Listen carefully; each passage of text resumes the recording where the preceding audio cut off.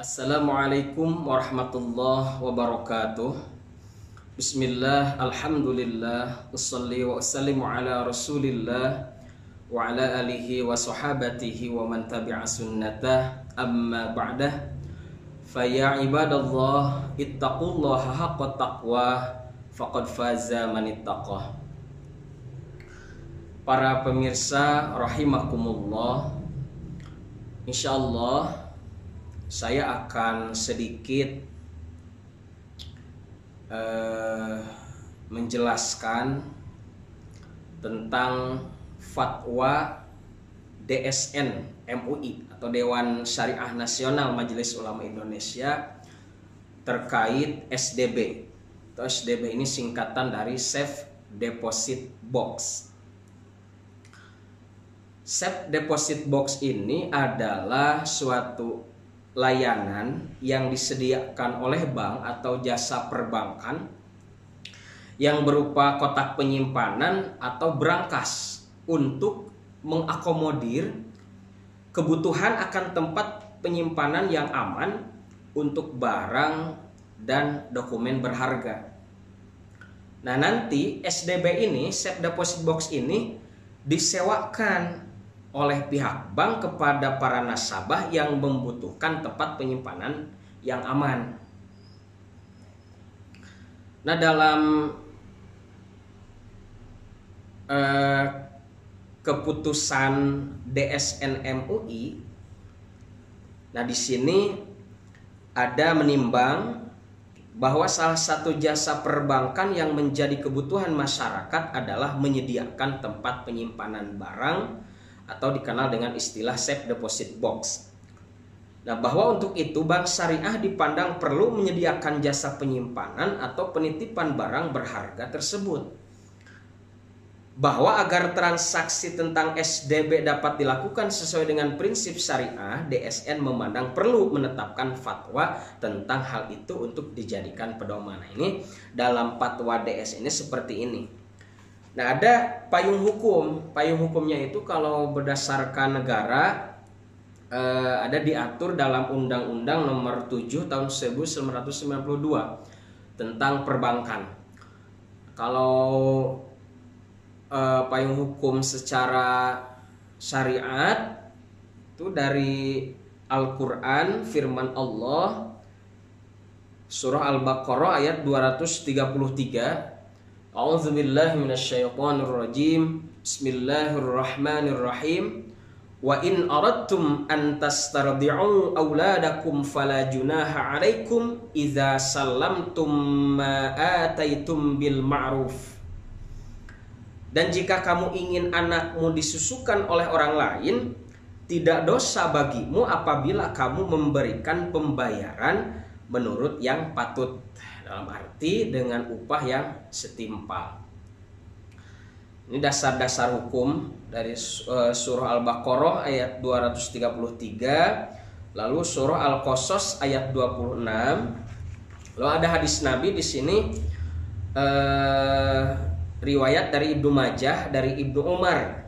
Rasulullah SAW bersabda, "U'tul ajrahu qabla ayyajifa araquhu." Jadi berilah upah pekerja sebelum keringatnya kering. Ada aja banyak hadis yang terkait di sini. Ini menurut saya sudah cukup ada sumber hukum baik dari Al-Quran atau dari Al-Hadis. Dari fatwa DSN ini, SDB ini termasuk pada akad ijaroh, akad sewa menyewa. Tentunya kalau di dalam kitab-kitab fikih yang dinamakan ijaroh itu adalah tamliku manfaatin bi'iwadin bisyurutin atiyatin. Dalam kitab Fathul Mu'in, bahwa ijaroh itu adalah memberi kepemilikan kemanfaatan terhadap orang lain, tentunya dengan iwad, dengan pengganti bisyurutin atiatin, disertai dengan syarat-syarat yang ditentukan. Akan datang nanti diceritakan syarat-syaratnya. Ini termasuk akan bersifat komersil karena ada iwad, harus ada pengganti atau upah seperti itu. Itu ijarah, sewa.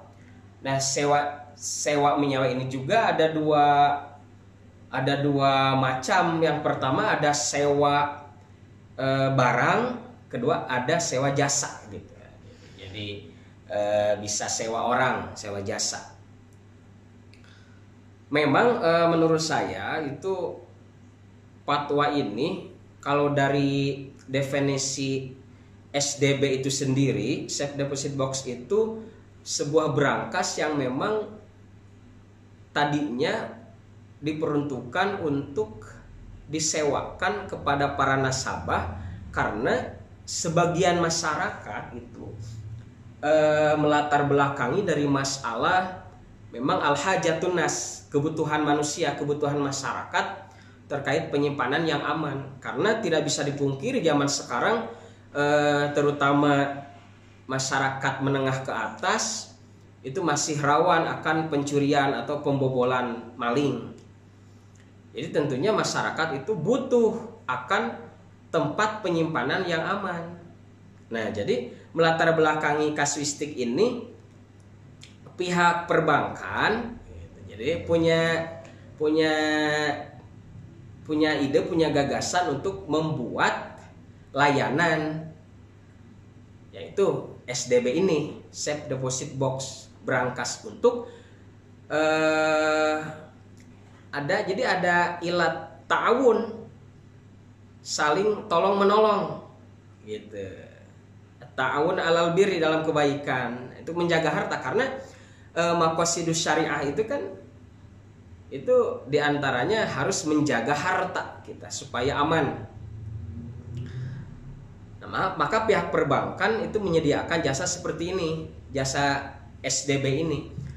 Nah, nanti disewakan kepada para nasabah, jadi termasuk akad ijarah, sewa menyewa. Tentunya dengan syarat-syarat ijarah. Maka di sini barang-barang yang dapat disimpan dalam SDB adalah barang yang berharga, yang tidak diharamkan dan tidak dilarang oleh negara. Nah, jadi tetap aja kalau tidak ada unsur barang haram gitu.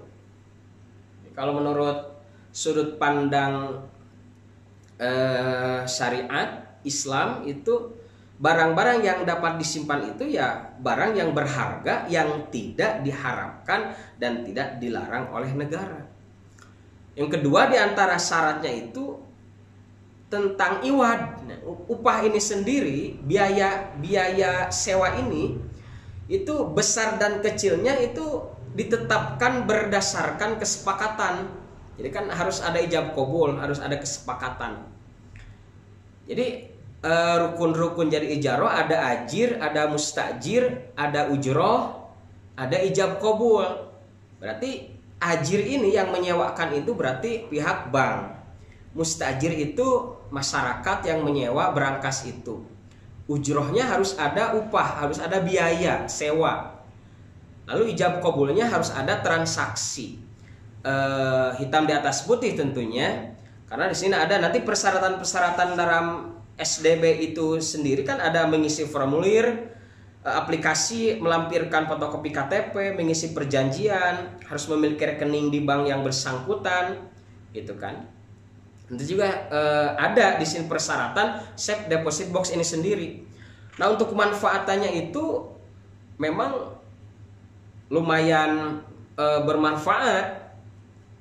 Yang pertama, keamanan terjamin.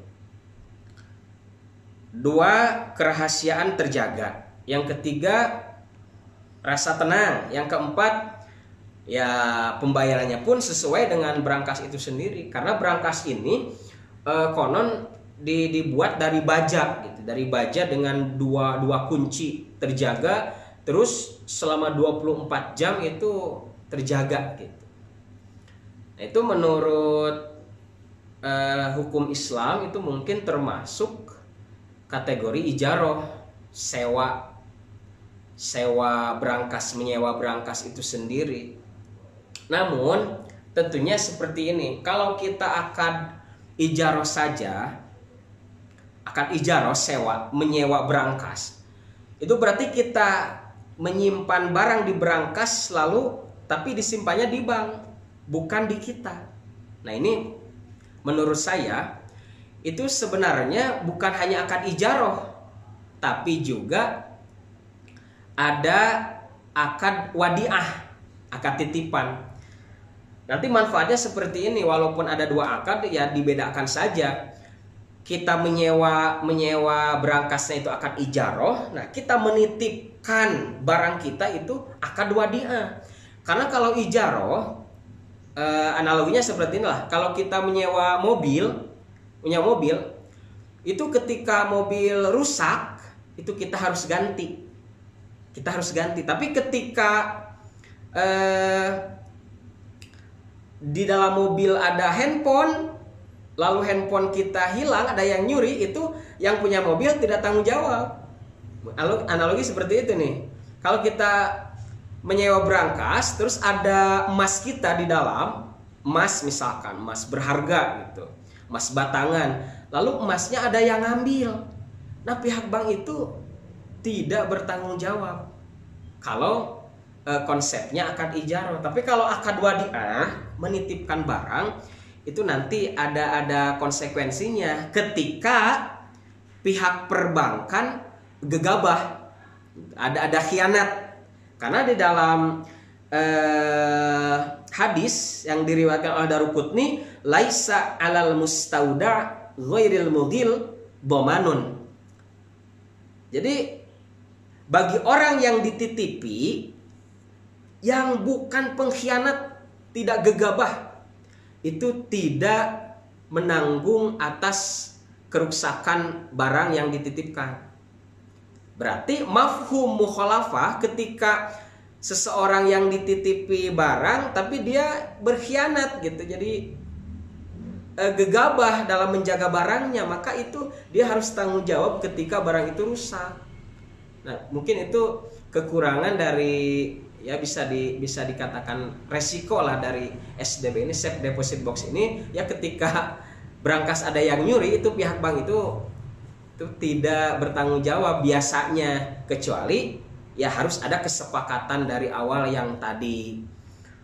Mungkin seperti itu saja. Jadi menurut saya itu SDB ini, Safe Deposit Box ini, tidak hanya akad ijaroh, tapi juga harus diikutsertakan akad wadiah. Mungkin seperti itu saja. Saya mengambil referensi dari kitab Fathul Mu'in dan kitab Madzhabul Arba'ah ini terkait definisi dari ijaroh atau dari wadiah itu sendiri. Mungkin sekian dari saya. Mohon maaf masih banyak kekurangan, banyak kesalahan baik dari bahasa atau dari penyampaian, dari hukum-hukum yang saya ambil. Mungkin sekiranya bisa dikoreksi oleh pemirsa sekalian. Akhirul kalam, assalamualaikum warahmatullahi wabarakatuh.